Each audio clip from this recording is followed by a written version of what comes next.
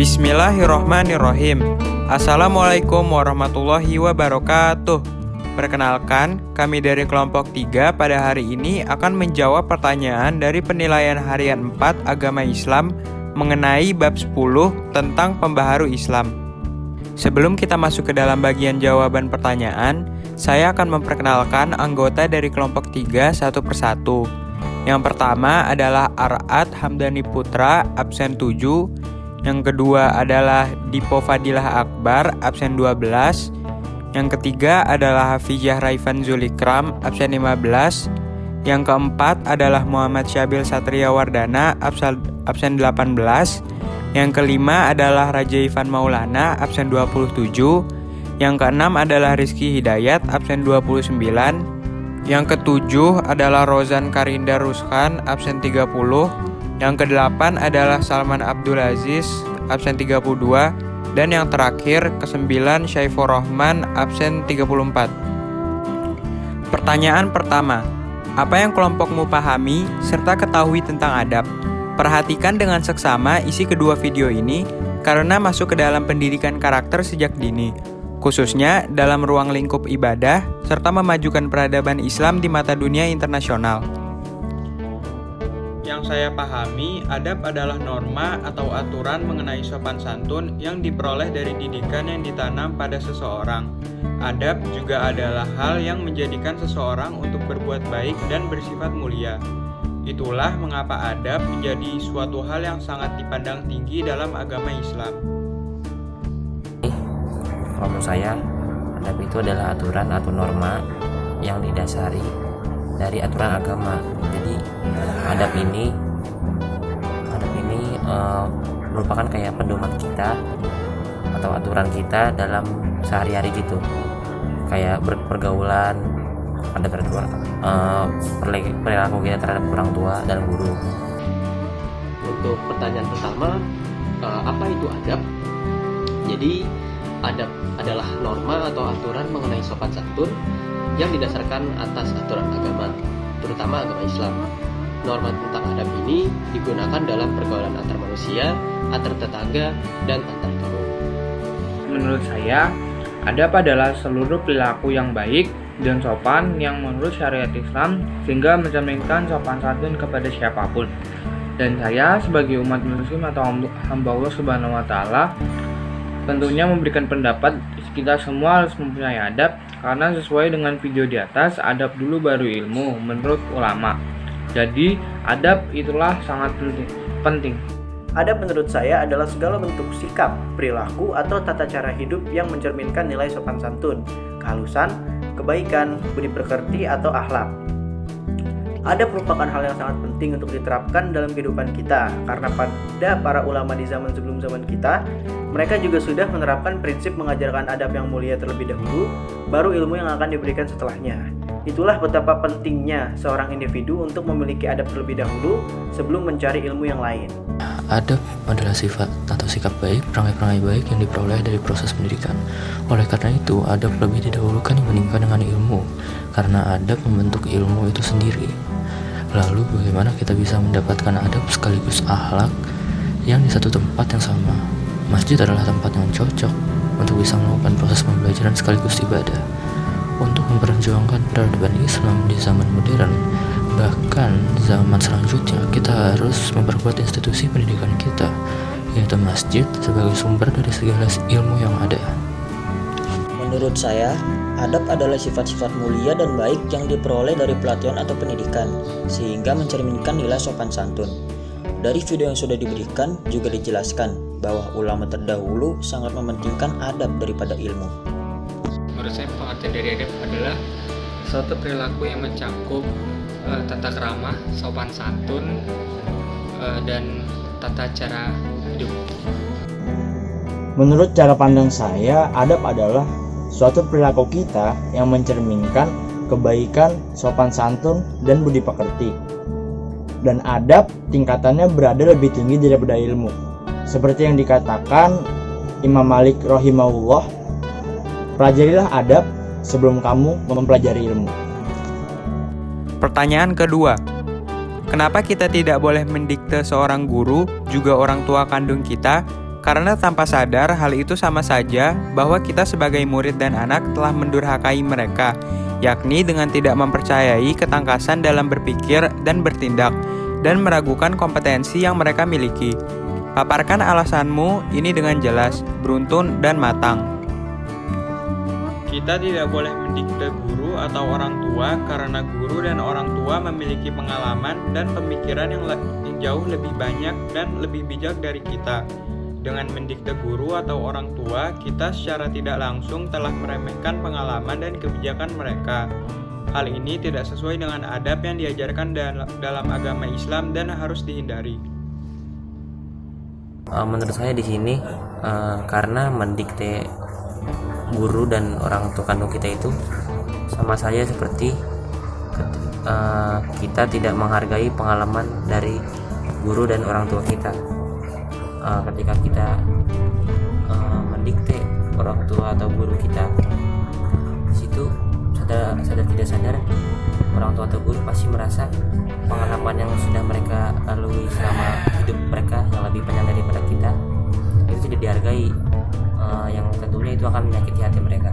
Tapi menurut saya karena apa yang mereka hadapi di masa lalu semasa hidup mereka dan kita yang kita hadapi di masa sekarang belum tentu sama, jadi alangkah baiknya kita saling berbagi apa yang belum mereka ketahui, apa yang tidak mereka ketahui di masa sekarang itu kita berbagi juga, dan kita tetap mendengarkan apa yang mereka katakan kepada kita. Mengapa kita tidak boleh melawan orang tua sekalipun guru di sekolah? Dan jawabannya sederhana saja, sebagai umat muslim tentunya dan sebagai manusia yang berakhlak, kita tidak boleh melawan orang tua sekalipun guru, karena orang tua telah membesarkan kita seorang anak dengan baik, membiayai kehidupan dan memberikan kasih sayang kepada kami. Jadi kita tidak boleh melawan orang tua karena orang tua adalah bisa dibilang sebagai doa orang tua itu adalah pintu rezeki kita. Jika kita melawan orang tua, niscaya nanti rezeki kita tidak akan bisa lancar, seperti itu. Dan yang terakhir, pesan untuk pemuda-pemudi di Indonesia adalah untuk selalu mengutamakan adab sebelum ilmu. Jadi kita harus bersopan santun, menghormati antara satu sama lain, terutama kepada orang yang lebih tua, sebelum kita mendapatkan ilmu dan mengaplikasikan ilmu yang kita ketahui. Jadi demikian dari saya. Wassalamualaikum warahmatullahi wabarakatuh. Nomor 2, menurut saya perbuatan mendikte orang tua atau siapapun itu sangat-sangat tidak diperbolehkan karena mereka punya pengalaman dan tentunya ilmu yang sangat luas dan mereka juga lebih tua, sehingga harus dihormati, bukan didikte atau dimarahi. Dan terutama ibu, janganlah sampai engkau menangisi atau membuat dia kecewa karena ia mempunyai doa yang selalu dikabulkan oleh Allah Subhanahu wa taala. Selanjutnya pertanyaan kedua, mengapa kita tidak boleh menggurui seorang guru dan juga orang tua kandung kita? Menurut saya, menggurui seseorang yang lebih tua dari diri kita, baik itu orang tua kandung kita sendiri, guru, maupun orang lain yang lebih tua dari kita, merupakan tindakan yang seharusnya tidak boleh dilakukan. Karena hal tersebut tidak sesuai dengan adab yang diajarkan kepada kita semua. Kita juga sama saja seperti mendurhakai mereka, sebab mereka bisa saja merasa tersinggung. Jadi, kita sebaiknya menjauhi perilaku menggurui orang yang lebih tua tersebut karena pada dasarnya mereka sudah memiliki banyak pengalaman dari kita. Namun, jika ada beberapa perlakuan yang dicontohkan oleh mereka dan tidak sesuai dengan ajaran agama Islam, kita masih bisa untuk menyampaikannya dengan sopan bahwa perbuatan tersebut merupakan perbuatan yang tidak sesuai agama Islam atau menyangkal dari ajaran agama Islam. Ketika guru menyampaikan presentasinya, hendaknya didengarkan dengan penuh hikmat. Meski pelajar sudah hafal atau mendengar penjelasan gurunya, sebaiknya mendengar layaknya orang yang baru mengetahui, dengan riang gembira dan penuh antusias, tidak justru mengabaikan atau menganggap maklum. Begitupun juga dengan orang tua, apabila ditemukan kesalahan, hendaknya kita mengingatkannya dengan cara yang sopan. Menggurui seseorang yang lebih tua, yaitu orang tua, guru, dan lain-lain, merupakan hal yang tidak sopan. karena mereka pasti lebih banyak pelajaran hidup yang sudah diambil daripada kita. Bahkan, perbuatan kita pun bisa menyinggung, bahkan menyakiti perasaan mereka. Dalam Islam, kita tidak diperbolehkan membantah orang tua. Namun, ada kalanya orang tua atau guru kita berbuat yang salah, karena sesungguhnya orang tua atau guru kita adalah manusia biasa yang bisa berbuat salah. Maka dari itu, kita dapat memberitahunya dengan cara berbicara yang lembut, sopan, dan tidak bermaksud untuk menyakiti mereka. Jadi saya akan menjawab pertanyaan nomor 2, yaitu kenapa kita tidak boleh menyakiti orang tua. Menurut saya, orang tua punya pengalaman lebih banyak daripada kita, jadi tugas kita mendengarkan, karena orang tua pasti menginginkan anaknya yang terbaik. Itu yang terdapat dalam suatu hadis yang berbunyi, ridho Allah fi ridho walidain, wa sukhtullah fi sukhtil walidain, yang artinya ridho Allah terletak kepada ridho orang tua dan murka Allah terletak pada murka orang tua. Jadi bagaimanapun caranya, kita harus menghormati dan menaati apa yang dikatakan orang tua kita, orang tua yang di rumah maupun yang di sekolah. Pertanyaan ketiga, bagaimanakah kamu mencermati juga mengkritisi tentang penyebab kemunduran Islam di masa lalu? Sebutkan alasan sebanyak-banyaknya secara logis, yakni menurut pandangan dari beberapa ahli. Dari mencermati beberapa sumber dan menganalisis pemikiran beberapa tokoh pembaharu Islam, kami menyimpulkan beberapa alasan mengapa kemunduran Islam bisa terjadi. Di antaranya adalah, yang pertama, munculnya gerakan teologi yang menganggap bahwa penggunaan akal sebagaimana diajarkan Al-Quran sudah bukan zamannya. Dan karena itu beberapa ulama hanya berkutat atau sibuk pada ilmu agama saja, sehingga ilmu umum menjadi tidak berkembang dan justru cenderung lenyap. Yang kedua, perubahan sistem pemerintahan dari sistem kekhalifahan demokrasi menjadi kerajaan monarki absolut yang cenderung menyebabkan pemimpin muslim tidak dibatasi hukum syariat, yang menyebabkan banyak pemimpin untuk berbuat sewenang-wenangnya. Yang ketiga, terpecah belahnya kekhalifahan yang memerintah seluruh umat muslim menjadi kerajaan-kerajaan kecil yang menyebabkan kehilangan solidaritas dan perselisihan antar sesama kaum muslimin. Yang keempat, kegagalan umat Islam untuk mengikuti gerakan Renaissance atau pencerahan yang terjadi di Eropa, di mana penggunaan akal dan sains lebih dikedepankan dibandingkan penggunaan ilmu agama saja. Yang kelima, banyak pusat pendidikan pada zaman dahulu yang tidak menerima perempuan untuk ikut mendapat pendidikan, menyebabkan kehilangan potensi intelektual yang signifikan. Dan yang keenam, kekuatan militer bangsa muslim yang tertinggal dengan kekuatan militer bangsa barat menyebabkan bangsa muslim ditaklukkan. Alasan di atas dapat dikaitkan dengan pemikiran yang pertama, Syah Waliullah, seorang pembaharu dari India yang mempunyai pemikiran terjadinya perubahan sistem pemerintahan Islam dari sistem kekhalifahan menjadi sistem kerajaan. Sistem demokrasi yang melekat dalam kekhalifahan diganti dengan sistem monarki absolut yang menyebabkan kemunduran Islam. Yang kedua, Said Ahmad Khan, seorang pembaharu dari India yang berpikir kemunduran umat Islam disebabkan oleh umat Islam sendiri yang tidak mengikuti perkembangan sains dan teknologi produk barat. Yang ketiga, ada Rif'ah Baidawi Rafi Al-Tahtawi, seorang pembaharu dari Mesir yang mempunyai pemikiran pendidikan harus bersifat universal, misalnya wanita harus memperoleh pendidikan yang sama dengan kaum pria.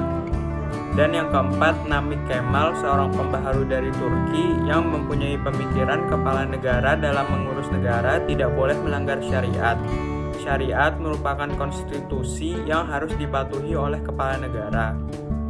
Pertanyaan keempat, mengapa kita harus punya sejuta adab mulia, kemudian berhak untuk memiliki berbagai peradaban yang maju? Contohnya pada aspek pendidikan, sosial budaya, sejarah, kesehatan, keterampilan, passion terhadap minat dan bakat kita, dan lain sebagainya. Kita harus punya sejuta adab mulia karena adab menjadi hal yang sangat penting dalam kehidupan, baik kehidupan sendiri, keluarga, maupun sosial. Dengan adab, seorang muslim yang sejati akan menjadi mulia di hadapan Allah dan Rasul-Nya serta sesama manusia. Islam lebih meninggikan dan memuliakan orang-orang yang memiliki adab atau akhlak daripada mereka yang berilmu. Ini juga yang menjadi misi utama kenabian Rasulullah SAW. Rasulullah bersabda, "Sesungguhnya aku diutus untuk menyempurnakan akhlakul karimah." Hadis riwayat Bukhari. Banyaknya ilmu yang dimiliki oleh seseorang akan menjadi sia-sia jika tidak memiliki adab atau akhlak dalam dirinya. Jadi kualitas diri seseorang bukan dilihat dari seberapa banyak ilmu yang dimiliki, tetapi bagaimana akhlaknya dalam memanfaatkan ilmunya. Dalam hadis yang diriwayatkan oleh Imam Bukhari, Rasulullah bersabda, "Sebaik-baiknya kalian adalah yang mulia akhlaknya." Kemudian kita berhak untuk memiliki peradaban yang maju agar umat muslim bisa hidup dan beribadah tanpa gangguan, dan agar kemajuan peradaban Islam dapat memberi manfaat yang banyak kepada umat muslim seperti dalam bidang aspek pendidikan, sosial budaya, sejarah, kesehatan, dan lain-lain untuk memajukan standar kehidupan umat muslim. Alasan di atas dapat dikaitkan dengan pemikiran yang pertama Muhammad Ali Pasha, seorang pembaharu dari Mesir, yang memiliki pemikiran ilmu-ilmu modern diperlukan sebagaimana telah dikenal orang Eropa untuk memajukan peradaban Islam. Yang kedua, Sultan Mahmud II, dari seorang pembaharu dari Turki yang mempunyai pemikiran mendirikan sekolah kedokteran, militer, dan teknik untuk memajukan peradaban umat muslim. Dan yang ketiga, Rif'ah Baidawi Rafi Al-Tahtawi, seorang pembaharu dari Mesir yang mempunyai pemikiran kaum ulama harus mempelajari filsafat dan ilmu pengetahuan modern agar syariat dapat tegak di tengah kehidupan masyarakat modern.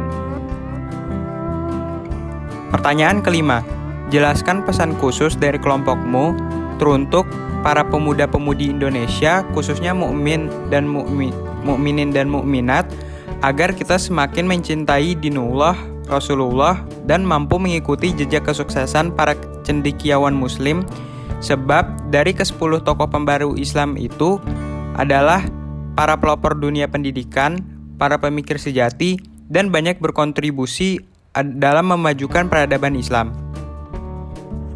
Pesan saya untuk pemuda-pemudi di Indonesia adalah untuk terus berjuang memajukan peradaban Islam dengan belajar dan beribadah dengan giat, terus berkreasi dan berinovasi, selalu berpikir terbuka agar kita tidak tertinggal dan terkucili lagi.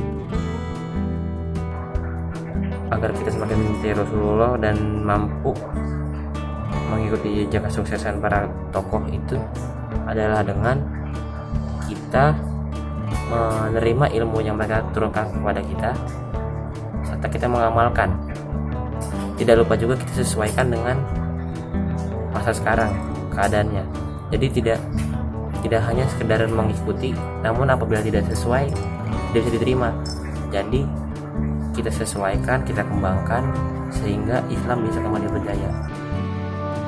Dan yang terakhir, pesan untuk pemuda-pemudi di Indonesia adalah untuk selalu mengutamakan adab sebelum ilmu.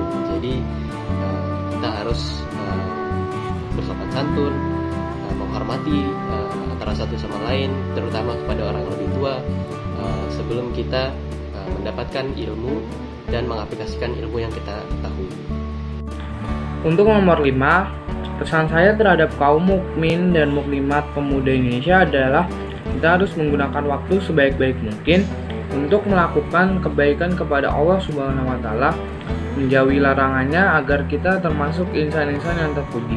Dan insya Allah di akhir zaman kelak surga akan menunggu kita. Amin amin ya robbal alamin.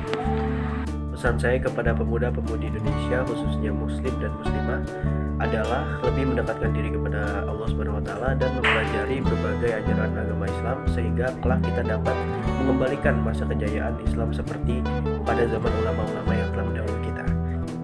Untuk memperkuat atau memenangkan suatu peradaban, tidak ada satupun para pemenang yang menggunakan strategi individual. Mereka selalu memperkuat ilmu mereka secara berkelompok. Anda bisa memenangkan sebuah persaingan dengan kekuatan Anda sendiri, tetapi Anda bisa memenangkan sebuah kejuaraan dengan tim yang kuat.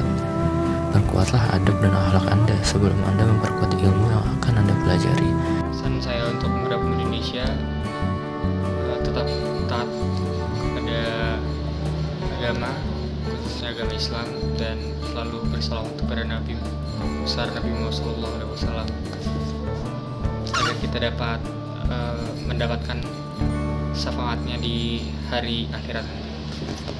Nah, pesan saya buat pemuda-pemudi generasi bangsa yang ada di Indonesia adalah kerjakanlah apa yang diperintahkan Allah dan Rasul-Nya, dan hindarilah apa yang dilarang Allah dan Rasul-Nya, dan muliakanlah kedua orang tua kamu sebelum kamu menyesal di hari nanti, karena mereka adalah orang yang paling berjasa di hidupmu.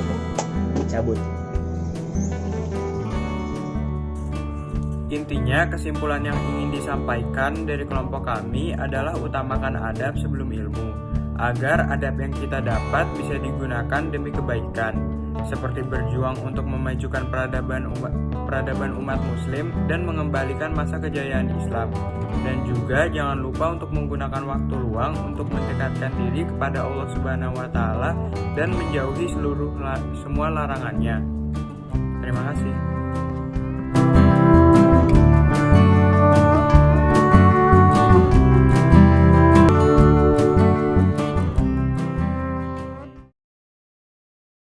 Cabut.